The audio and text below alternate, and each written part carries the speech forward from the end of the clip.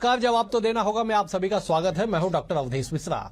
छत्तीसगढ़ में धर्मांतरण की सुलगती आंच ठंडी होने का नाम नहीं ले रही है। चुनाव दर चुनाव इस पे और ज्यादा हवा मिल रही है और एक के बाद एक मामले सामने आते जा रहे हैं। ताजा मामला बिलासपुर शहर का है। न्यायधानी बिलासपुर में एक ऐसा मामला आया कि एक परिवार पीड़ित होकर पुलिस तक पहुंच चुका। पहुंच में जाए पुलिस के पास जाके उसने एफआईआर कराई, एफआईआर भी किया गया। उसके बाद पूरे मामले का भांडाफोड़ हुआ। दरअसल पूरा मामला यह है कि बिलासपुर के संबलपुरी के उत्तरा कुमार साहू जो नगर निगम के कर्मचारी है, उन पे और उनके परिवार पे धर्मांतरण का दबाव बनाया जा रहा था। ये भांडा तब फूटा जब पूरे मामले पे पुलिस की दस्तक हुई। आखिरकार क्यों इंसाफ के शहर में धर्मांतरण का गोरख धंधा चल रहा है और पूरा छत्तीसगढ़ इससे क्यों जल रहा है, आज इसी विषय पर चर्चा करेंगे। उससे पहले देख लीजिए ये खास रिपोर्ट।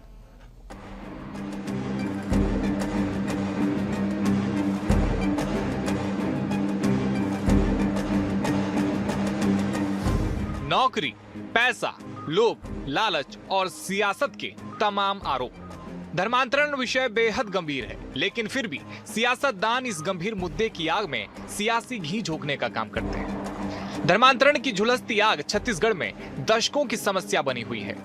इस बार धर्मांतरण की समस्या प्रदेश की न्यायधानी कहे जाने वाले बिलासपुर से सामने आई है। आरोपों का जंजाल भी है। दरअसल बिलासपुर के कई स्लम एरिया से लगातार शिकायतें मिल रही थी कि पढ़ाई, नौकरी का झांसा देकर लोगों को दूसरे समुदाय में ढकेला जा रहा है। ऐसे में बुधवार को कई वीडियो भी वायरल हुए। अब इस विषय को लेकर अलग अलग बातें सामने आ रही है। चलिए अब पूरा मामला समझिए। धर्मांतरण के लिए पहले बेरोजगार और महिलाओं को निशाने पर लिया जाता है, फिर लगातार परेशान लोगों से मिलना जुलना और उनका ब्रेन वॉश किया जाता है। बीमार, मजबूर, गरीब और कमजोर वर्ग को टारगेट करके लालच दिया जाता है। फिर लोगों को धार्मिक स्थल बुलाकर उनसे प्रार्थना कराई जाती है। जनवरी माह में 12 से अधिक धर्मांतरण के मामले बिलासपुर में ही आए। सोशल मीडिया पर धर्मांतरण का वीडियो हुआ जमकर वायरल। बिलासपुर से धर्मांतरण का मामला सामने आने के बाद सियासत की पूरी नजरें इसी मसले पर टिकी हुई है। बयानबाजियों का दौर एक बार फिर शुरू हो गया है। राजनीतिक दल एक दूसरे पर धर्मांतरण कराने का आरोप लगा रहे हैं। बीजेपी प्रदेश महामंत्री संजय श्रीवास्तव ने पूर्ववर्ती कांग्रेस सरकार पर धर्मांतरण को बढ़ावा देने का आरोप लगाया और कहा है इस लड़ाई को यदि कोई ईमानदारी के साथ लड़ रहा है तो वह बीजेपी है, कांग्रेस इसे प्रेशर देती है। वहीं इस बयान पर कांग्रेस का भी पलटवार सामने आया है। कांग्रेस का कहना है कि भाजपा धर्मांतरण को हमेशा बढ़ावा देती है। वो चाहती है लोग धर्मांतरण करें, उनके लिए पॉलिटिकल टूल धर्मांतरण है। देखिए, हमारा बहुत स्पष्ट मत है। हम धर्मांतरण के बारे में हमेशा से बोलते हैं। धर्मांतरण की आड़ में पैसे का प्रलोभन देकर जो राष्ट्र विरोधी ताकतें हैं वो इस तरह के कामों में लिप्त है। उस लड़ाई को यदि कोई लड़ रहा है ईमानदारी के साथ में तो भारतीय जनता पार्टी लड़ रही है। कांग्रेस इसको प्रश्रय देती है। हम भूपेश बघेल जी की सरकार के समय भी हम आवाज उठाते थे, लेकिन वो जानबूझकर उसको दबा देते थे, केवल और केवल वोट बैंक की खातिर। देश की इज्जत, देश की एकता अखंडता को भी तोड़ने का प्रयास किया जा रहा है। भारतीय जनता पार्टी जब विपक्ष में थी तो धर्मांतरण के खिलाफ बड़ी बड़ी बातें करती थी। और डबल इंजन की सरकार, उसके बाद भी धर्मांतरण की घटनाएं हो रही हैं, तो सरकार को जवाब देना चाहिए कि इस प्रकार की घटनाओं पर अंकुश क्यों नहीं लग रहा है।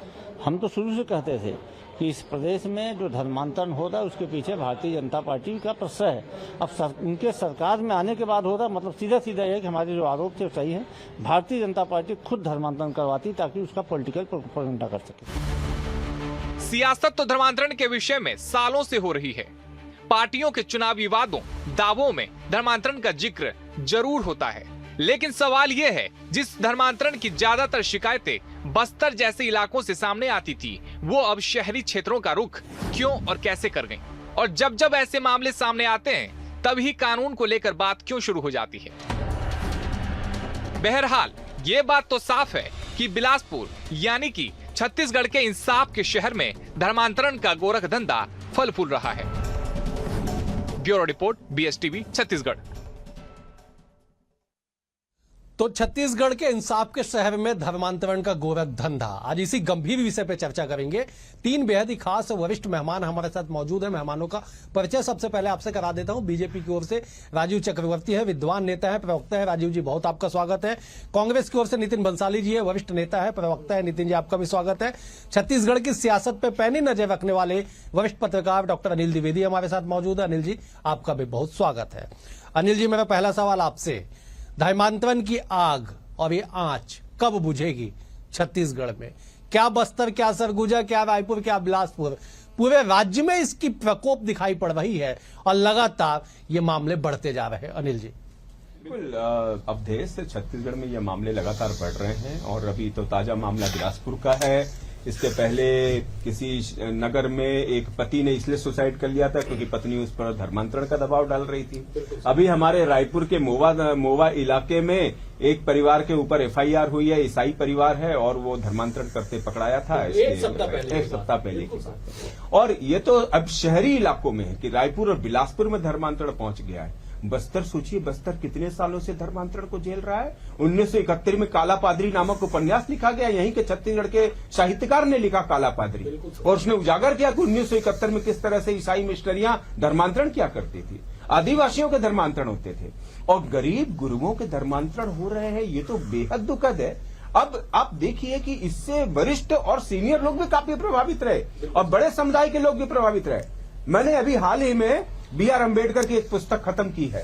B.R. अम्बेडकर ने उसमें लिखा है कि हैदराबाद का जो निजाम था उसने उन्हें 7.5 करोड़ रुपए दे करके कहा कि आप अपने लोगों के साथ मुस्लिम धर्म अपना लीजिए, हम आपको 7.5 करोड़ देंगे। ये B.R. अम्बेडकर के साथ हुआ जिन्होंने संविधान लिखा था। तो जब बड़े बड़े नेता, बड़ी बड़ी हस्तियां भी धर्मांतरण के मामले से नहीं छूट पा रही है चंगुल से, तब अब आम नागरिकों को निशाना बनाना, वो भी पूरे हिंदुओं को। और निश्चित तौर पर जागरूकता आई है, इसके खिलाफ अभी हिंदू समाज एकजुट हो रहा है और इसके खिलाफ अभियान चल रहे हैं। लेकिन ये धर्मांतरण घटनाएं क्यों हो रही हैं? आपका सवाल बहुत वाजिब है कि ये घटनाएं कब रुकेंगी। ये घटनाएं 3 तरीके से रुकेंगी। पहला ये कि एक कठोर कानून बनाया जाए, जिसके लिए राजीव चक्रवर्ती जी की सरकार कोशिश कर रही है और शायद इसी विधानसभा में आ जाए। ऐसा गृह मंत्री विजय शर्मा ने कहा है कि नया धर्मांतरण कानून हम लेकर के आ रहे हैं, वो बहुत कठोरता से लागू किया जाना चाहिए। अभी तक जो देखने में आया है कि 125 से ज्यादा घटनाएं छत्तीसगढ़ में दर्ज की गई, उसमें किसी भी व्यक्ति को सजा नहीं दी गई और इसलिए ईसाई मिशनरियों के हौसले बुलंद हैं। बिलासपुर में आज भी एशिया का सबसे बड़ा चर्च और गिरजाघर है जहां से ईसाई धर्मांतरण की घटनाएं चलती हैं। और अफसोस के साथ कहना पड़ रहा हूं कि मुख्यमंत्री विष्णुदेव साय ने भी खुलेआम ईसाई इनको चेतावनी दी थी कि आप धर्मांतरण करना बंद करिए वरना सरकार सख्त कानून उठाएगी। ठीक है नितिन जी, मैं आपका रुख करता हूं। अनिल जी ने बड़ी गंभीर बात कही कि B.R. अम्बेडकर संविधान निर्माता को भी निजाम ने ऑफर दिया 7.5 करोड़ लेके। 6 अप्रैल 1926 को महात्मा गांधी ने एक पत्र लिखा। उस पत्र में लिखा कि मुझे ईसाई बनने का ऑफर दिया गया, प्रस्ताव दिया गया। उसके जवाब में उन्होंने पत्र लिख के कहा, मैं पत्र को शब्दशः पढ़ देता हूं, कि ईसाई बनने का प्रस्ताव को ठुकराते हुए महात्मा गांधी ने लिखा कि ईसा मसीह मानवता के सच्चे शिक्षक होंगे, लेकिन तब भी वे इस बात से सहमत नहीं है कि वह आखिरी शक्ति हैं और उन्हें धर्म ये अपना लेना चाहिए। और सबसे बड़ी बात कि गांधी जी के लिखे इस पत्र को अमेरिका में $50,000 में नीलामी की गई थी। उस समय से लेकर आज तक ये समस्या अनवरत जारी है। नितिन जी, कब इसका समाधान होगा? कई चर्चाएं, डिबेट, हजार तरीके अपना लिए गए, लेकिन संख्या लगातार बढ़ती जा रही है। धर्मांतरण का दंश बस्तर के बीहड़ से निकल के शहर के छाती तक पहुंच चुका है। नितिन जी। अवधेश जी, भारतीय संविधान के अनुच्छेद 25 के अनुसार किसी भी व्यक्ति को किसी भी धर्म को मानने की, उसको पालन करने की, उसका प्रचार करने का उसको अधिकार है। बिल्कुल सर। अब ये धर्मांतरण की जो बात हो रही है बहुत बड़ा मुद्दा है और क्यों इतने धर्मांतरण अभी हो रहे हैं, मैं राजनीति पे नहीं जाऊंगा, पर मैं ये बात जरूर कहूंगा कि हर बात पे ये लोग कहते हैं कि हमारी डबल इंजन की सरकार है और बहुमत में भी है। 10 साल मोदी जी ने जो काम नहीं करने थे जनता के हितों में वो भी कर दिए अपनी मनमानी से, तो राष्ट्रीय स्तर पे कानून क्यों नहीं बना देते? आज मैं बता दूं, धर्मांतरण के विषय में राज्य स्तर पे कानून है, वो भी 12 राज्यों में कानून लागू है।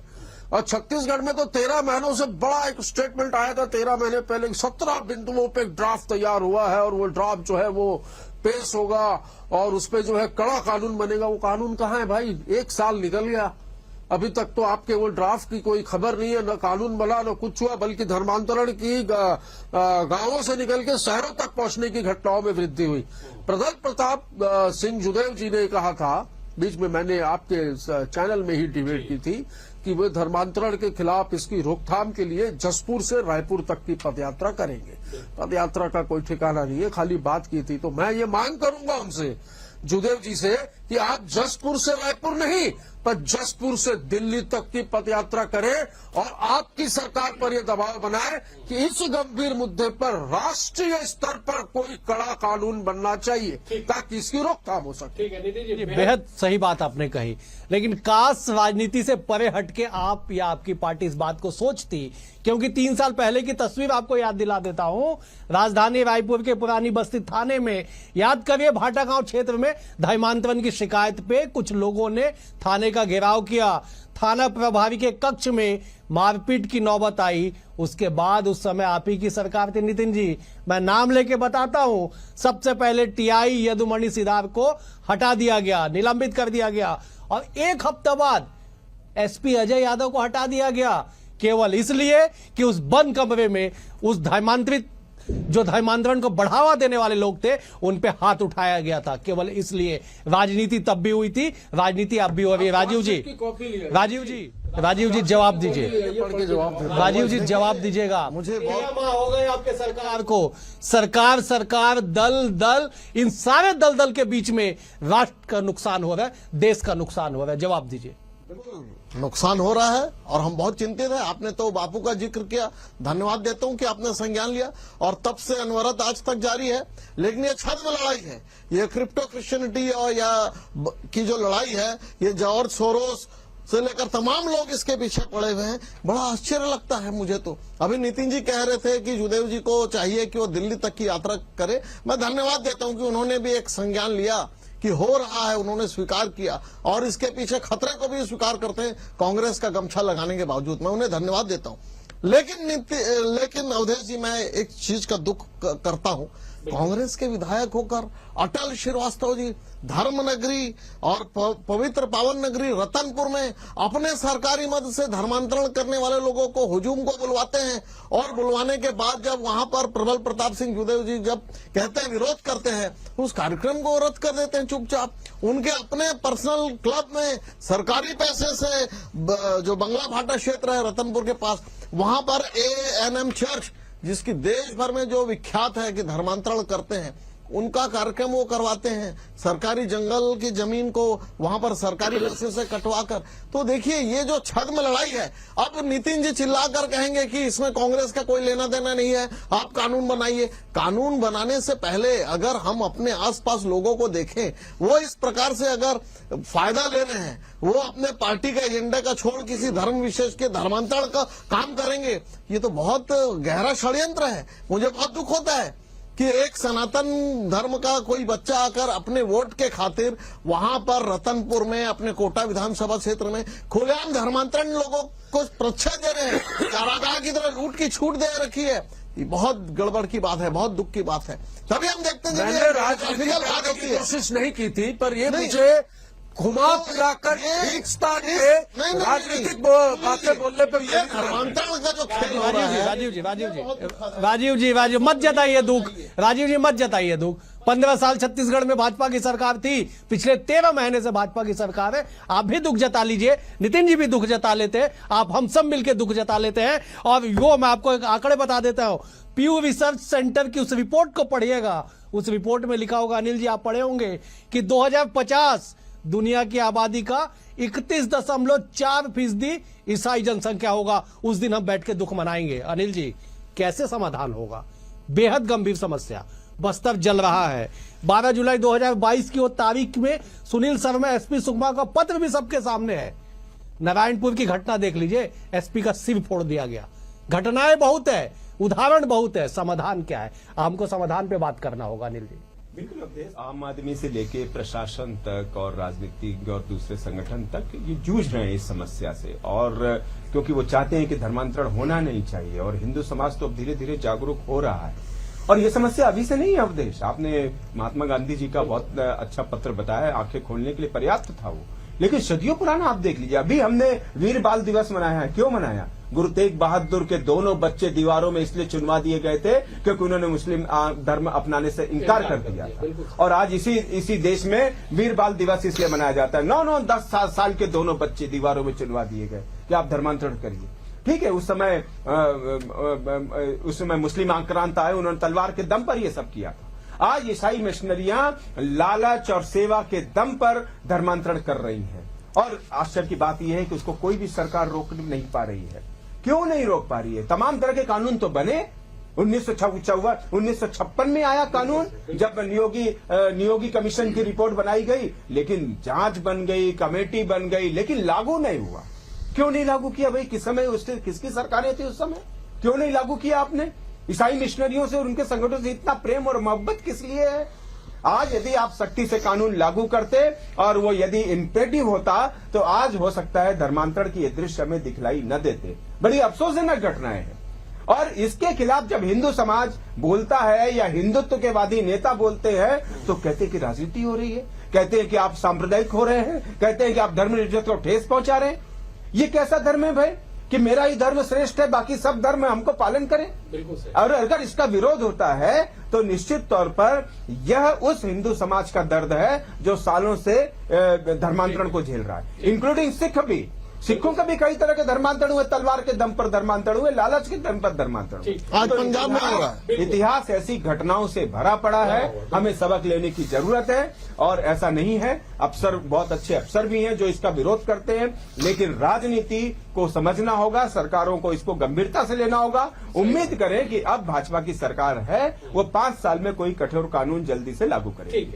नितिन जी, गांव की समस्या शहर की समस्या बन चुकी है। जो बस्तर के बीहड़ में होता था नितिन जी, जो सरगुजा के वादियों में पहाड़ियों में होता था, वो अब शहर के बीचों बीच होने लगा है।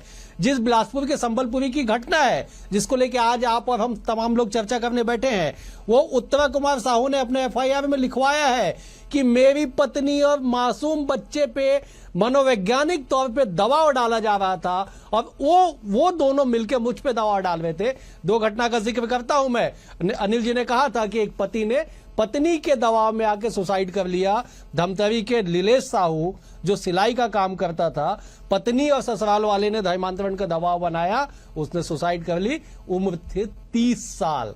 एक और बालोद की घटना का जिक्र कर देता हूं। गजेंद्र देवांगन, पत्नी ने ईसाई धर्म अपनाया था, आपसी विवाद और धर्मांतरण के दबाव के कारण गजेंद्र देवांगन ने भी फांसी लगा के आत्महत्या कर ली। ये समस्या राजनीति से फिलहाल हल होता दिखाई नहीं दे रहा। नितिन जी, कैसे करेंगे? आप भी देश के सबसे पुरानी पार्टी के जिम्मेदार नेता है, किसी की तो जिम्मेदारी होगी, कोई तो आगे आएगा। प्रभु के प्रकोप का डर दिखाना, प्रलोभन देना, जबरिया धर्मांतरण करवाना, अभी जैसे कि आपने बताया बिलासपुर की घटना, रायपुर की घटना, बालोद की घटना, बहुत सारे उदाहरण आपने दे दिए। तो आप कह रहे थे कि ये बस्तर तक था, अब ये शहरों तक आ गया, तो ये अभी सरकार किसकी है? ये शहरों तक क्यों आया, कैसे आया? पूरी जिम्मेदारी इनकी बनती है। ये क्या कर रहे हैं? आलू छिल रहे हैं। 13 महीने से ये इसमें ड्राफ्ट बनाया इन्होंने 17 बिंदुओं का, और हम जो है इसमें कड़े कानून बनाएंगे, लाएंगे, मेरे करण अर्जुन आएंगे जैसी फिल्मों जैसा काम कर रहे हैं। वैसा ना करें, सेंसिटिव मुद्दा है, इस पर सिर्फ राजनीति करने से बात नहीं बनेगा। और यदि जैसा कि मैंने कहा कि नियम के अनुसार, संविधान के, भारतीय संविधान के अनुच्छेद 25 के अनुसार किसी भी व्यक्ति को कोई भी धर्म का पालन करने की, उसको मानने की, उसके प्रचार प्रसार करने का अधिकार है। पर कोई जबरिया धर्मांतरण कर रहा है, प्रलोभन देके, प्रभु के प्रकोप का भय दिखाकर धर्मांतरण कर रहा है, तो ये गलत है और हम इसकी निंदा करते हैं, और इसके खिलाफ कानून बनने चाहिए, कार्रवाई होनी चाहिए। मैं अपने दर्शकों को और अपने मेहमानों को जब एक बार उत्तरा कुमार साहू का बयान सुनवा देता हूं। हमारे बिलासपुर के संवाददाता पंकज गुप्ते ने बात की उनसे, बड़े सहमे और डरे हुए दिखाई पड़ रहे हैं वो। उनकी बातों को सुनिएगा जरा, एक बार उस बयान को सुनवा दीजिए, फिर हम चर्चा को आगे बढ़ाते हैं। छत्तीसगढ़ के बिलासपुर जिले में धर्म परिवर्तन का खुला खेल चल रहा है। इसका खुलासा तब हुआ जब बिलासपुर सकरी थाना क्षेत्र में रहने वाले उत्तरा कुमार साहू ने इसका थाने में जाकर सीधे तौर पर शिकायत किया। बताया कि उनको जबरदस्ती कुछ ईसाई समाज के लोग, जो पास्टर है वहां पर के संतोष और उसकी धर्मपत्नी जबरिया धर्म परिवर्तन करना चाहती है। हमारे साथ खुद पीड़ित है जो शिकायत करता है, संतोष साहू, उत्तरा साहू। हम उससे बात करेंगे। जी, आपका नाम बताइए। जी, उत्तरा कुमार साहब। अच्छा, आपने थाने में शिकायत किया है, क्या शिकायत किया है? वही मेरे ऊपर दबाव बना रहा था और संतोष मोसेस अनु मोसेस करके पास्टर आते हैं गांव में। कैसे, क्या बोल रहा था? मतलब आपका अनुग्रह होगा, आप इसमें आ जाओ ऐसे करके। उससे संपर्क कैसे हुआ आपका? उसका संपर्क, मेरे पत्नी 5 साल पहले तबीयत खराब था तो अपने मायके गई, मायके में इलाज करवा रहा था तो हर दिन उसके बीच में पास्टर लोग को बुलवा लिया किसी कहने पर। वहाँ से डॉक्टर भी इलाज चला, वो ठीक हो गए तो उसमें वो आने जाने लगी मेरी पत्नी। आपको क्या कहती है? पूजा पाठ करने बोलती है कि प्रभु को मानने बोलती है? प्रभु को मानने के लिए बोलती है। पत्नी बोलती है? पत्नी क्या बोलती है? मतलब घर के मतलब सब देवी देवता के इधर उधर करना शुरू कर दिया मेरा पत्नी। अच्छा, मतलब घर में जितने भी देवी देवता है उसको हटाना चालू कर दी? करना शुरू कर दिया। आपने विरोध किया? मैंने विरोध किया तो जो उस समय वो मतलब एकदम न गाली गलौज पे आ जाते थे। मेरे को तो संतोष मोसेस और अनु मोसेस ने दबाव बनाने लगे कि आप भी आ जाओ, नहीं तो प्रभु का प्रकोप होगा। तो ये शिकायत करता है, पीड़ित है, इनका साफ तौर पर ये कहना है कि इनकी पत्नी ने धर्म परिवर्तन कर लिया और इनके ऊपर भी धर्म परिवर्तन के लिए दबाव बनाया जा रहा है। और पत्नी से नहीं माने पर जब वो पास्टर है, पास्टर और उनकी धर्मपत्नी दोनों मिल करके ऊपर जबरिया धर्म परिवर्तन का दबाव बना रहे हैं और प्रभु के नाम पर इनको डराते धमकाते भी हैं। तो एक बड़ा खुलासा बिलासपुर से हुआ है कि जब ये उत्तर साहू है, इनका ये कहना है कि पिछले 5-10 वर्षों से वो पास्टर लगातार यहाँ आ रहा है, करीबन 8 से 10। राजीव जी, आपने सुना, आप तीनों मेहमानों ने सुना, क्या कह रहे हैं उत्तरा कुमार कि बीमारी का इलाज कराने डॉक्टर के बजाय पादरी पास्टर इलाज करने पहुंच गए। मानसिक स्थिति समझिए। आज इनके घर से देवी देवताओं के तस्वीरों को हटा दिया गया, दबाव बनाया जा रहा है। किसके द्वारा? संतोष मोसेस, उनकी पत्नी अनु मोसेस के द्वारा। अब तक क्या गिरफ्तारी हुई है? राजीव जी, जिम्मेदारी लीजिए, अब बताइए क्या होगा इस पे और ऐसे हजारों मामले पे। देखिए अवधेश जी, मैं तो ये मानता हूं कि कानून ठीक है, कानून बहुत आवश्यक है, लेकिन कानून से भी ज्यादा यह आवश्यक है कि हमारे जो धर्म सैनिक जो लड़ाई लड़ रहे हैं, जो स्वर्गीय दिलीप सिंह जुदेव जी ने जो लड़ाई शुरू की, उनके पुत्र प्रबल प्रताप सिंह ने जो लड़ाई शुरू की है, हम आप सब कोई मिलकर ये समाज में सामाजिक चेतना जब तक शुरुआत नहीं करेंगे कि इस प्रकार से जो डेमोग्राफिकल बदलाव का जो षड्यंत्र चल रहा है, वो कानून तो एक हमारे पास एक किट है केवल। उसके अलावा जब हम सब सारे लोग मिलकर एक नहीं होंगे, जब हम सड़क पर आके इसकी लड़ाई नहीं लड़ेंगे, तब तक ये लड़ाई नहीं रुकेगी। ये बहुत लंबी लड़ाई है, बहुत लंबा युद्ध है। 2-4 नाम बता देता हूँ आपको, याद कर लीजिएगा। रायपुर शहर के भाजपा के नेता हैं संभव शाह, शुभांकर द्विवेदी, मनीष साहू, संजय सिंह, विकास मित्तल, अनुरोध शर्मा, शुभम अग्रवाल। इन्होंने सड़क पर उतर के लड़ाई लड़ी थी धर्मांतरण के खिलाफ। थाने में बंद कर दिया गया, जेल भेजा गया इनको, और आप सड़क पे उतर के लड़ाई लड़ने की बात करते। कानून क्या करेगा इसके बाद? कानून तो बनेगा, कड़ा कानून छत्तीसगढ़ में बनेगा और केंद्र भी बनाने वाले हैं। तो बिल्कुल पहले हो गए, अभी तक जब तक हम ड्राफ्ट बन के तैयार था भाई। अरे आपके विधायक आपके जी कर रहे हैं कि बताइए वो ड्राफ्ट है, कब कानून लागू होगा? वो फादर बन गए आपके वो पानी पी लीजिए, अनिल जी का रुक करो। ठीक है, ठीक है नितिन जी, ठीक है, ठीक है, ठीक है, ठीक है, व्यक्तिगत नहीं जाएंगे राजीव जी, व्यक्तिगत नहीं जाएंगे। मैं अनिल जी का रुक करो। अनिल जी, ये बात तो तय हो गया कि कोई भी राजनीतिक दल जिम्मेदारी लेने के लिए फिलहाल नहीं तैयार है। समस्या सबको पता है, समाधान पे चर्चा नहीं है, और यही दुर्भाग्य है कि बीहड़ से निकल के शहरों तक सड़कों पे उतर के धर्मांतरण हो रहा है। अनिल जी, कैसे रोकेंगे बताइए? देखिए अवधेश, मैं अभी तक के तर्क की शुरुआत 1982 की एक घटना से करना चाहूंगा कि दिलीप सिंह जुदेव उस समय थे स्वर्गीय, और उन्होंने धर्मांतरण के खिलाफ अभियान चलाया था। प्रबल प्रताप सिंह जुदेव आज उनका नेतृत्व कर रहे हैं। दिलीप सिंह जुदेव ने जो केस बनवाया, उसके बाद एक ईसाई नन को जिला बदर की सजा हुई थी कोर्ट से। यह पहली घटना थी छत्तीसगढ़ में जिससे धर्मांतरण प्रूफ हुआ था। उसके बाद कोई घटना हुई जरूर, लेकिन सजाएं नहीं मिल सकी। क्यों नहीं मिल सकी? आपका कानून कमजोर है, आपकी राजनीतिक इच्छा शक्ति कमजोर है। तो एक तो ये बात हुई। दूसरी बात, राजनीतिक नेतृत्व तो हर समस्या का समाधान नहीं है। अगर धर्मांतरण की घटनाएं हो रही हैं, अगर गरीब हिंदुओं को लालच और सेवा देकर के धर्मांतरित किया जा रहा है, तो इसके लिए हिंदू समाज भी उतना ही दोषी है जिसके अंदर जात पात की और छुआछूत जैसी घटनाएं होती हैं। अगर मान लीजिए क्यों कोई अस्पताल ये नहीं कह सकता कि अगर किसी धर्मांतरण के अगर इसके चलते आप धर्मांतरण करें तो हम आपकी बीमारी का इलाज फ्री करेंगे? क्यों ये अस्पताल नहीं कह सकते? वो भी तो हिंदू लोग ही चला रहे हैं। क्यों ट्रस्ट चलाने वाले, तमाम आश्रम चलाने वाले क्यों नहीं कह सकते कि आइए आप गरीब हैं, हम आपका लालन पोषण करेंगे? तो हिंदू समाज को भी, जो सर्व संपन्न व्यक्ति लोग हैं, समाज है, उनको ये जिम्मेदारी उठानी कि ये भी हमारे बंधु बांधव हैं। अगर ये गरीब हैं, अगर ये आर्थिक रूप से कमजोर हैं, अधिक ये बेसहारा हैं, तो इनके लालन पालन संरक्षण की जिम्मेदारी हम लेंगे। आरएसएस तो कर रहा है, उसके कई संगठन आज चल रहे हैं जहां धर्मांतरण रोकने के लिए वो बिल्कुल तत्पर हैं और उसके चलते कई घटनाएं रुकी भी हैं। तो ये पूरे हिंदू समाज की चिंता की बात है, और न सिर्फ हिंदू की, पूरे बल्कि भारतीय समाज की भी चिंता की बात है कि किसी के भी धर्म परिवर्तन की जरूरत नहीं पड़नी चाहिए। सरकारें अपनी तरफ से काम कर रही हैं, ऐसा नहीं है कि बहुत सारी योजनाएं सरकार चला रही हैं और उनको ये मदद भी कर रही हैं, लेकिन हिंदू समाज आंख में आंख मूंद करके नहीं बैठा सकता, या वो इस पर आश्रित नहीं रह सकता कि ये काम तो सरकारों का है। ये सब प्रत्येक व्यक्ति को, प्रत्येक हिंदू को सोचने की बात। ठीक है, चले नितिन जी, समस्या का समाधान क्या होगा गैर राजनीतिक तौर पे? गैर राजनीतिक तौर पे मैंने कहा कि राष्ट्रीय स्तर पर कोई कड़ा कानून बनना चाहिए जिसका पालन सभी राज्यों में, जैसे कि आपके आईपीसी की जो धाराएं हैं, अभी बहुत सारे कानून भी बदले गए, धाराएं बदली गई, तो इसी प्रकार कोई संसद में कोई बिल लाया जाए, पेश किया जाए और इसके खिलाफ जो है जबरिया धर्मांतरण, प्रलोभन देके जो धर्मांतरण किया जा रहा है उसके खिलाफ कोई कानून बने। अब तो डबल इंजन की सरकार है, मैं सुनता हूं ट्रिपल इंजन की भी होने वाली है, तो मैं तो आज तक ये नहीं समझ पाया इन 10 दिनों में कि 3 इंजन की गाड़ी चलती कैसे है। वो तीसरा इंजन लगता का है, आज तक एक आगे और एक पीछे सुना था, उसमें भी आगे कमजोर हो तो पीछे वाला धकेलता। 10 सेकंड में जवाब दीजिए राजीव जी, 10 सेकंड में जवाब दीजिए, मुझे समाप्त करना होगा। देखिए, ये मैंने पहले ही कहा, ये धर्म की लड़ाई है, ये सबको साथ मिलकर चलना होगा, और नहीं तो वो दिन दूर नहीं जिस प्रकार से नॉर्थ ईस्ट चल रहा है, उत्तर पूर्व के लोग कह रहे हैं कि हमें अलग राज्य चाहिए, हमें अलग राष्ट्र चाहिए, क्योंकि यहाँ की संस्कृति अलग है और हमारे चर्च की संस्कृति अलग है। तो इसके लिए हमें सोचना पड़ेगा, जागरूक होना पड़ेगा और इस धर्म युद्ध में हमें शामिल होना पड़ेगा। कानून एक सहारा है, लेकिन कानून के सहारे हम वैतरणी पार नहीं कर सकते। कानून के साथ सामाजिक जागरूकता और धर्मांतरण एक ऐसा मुद्दा जिसे बचाने के लिए आप केवल कानून का सहारा नहीं ले सकते, बल्कि आपको और हमको जागरूक होना पड़ेगा।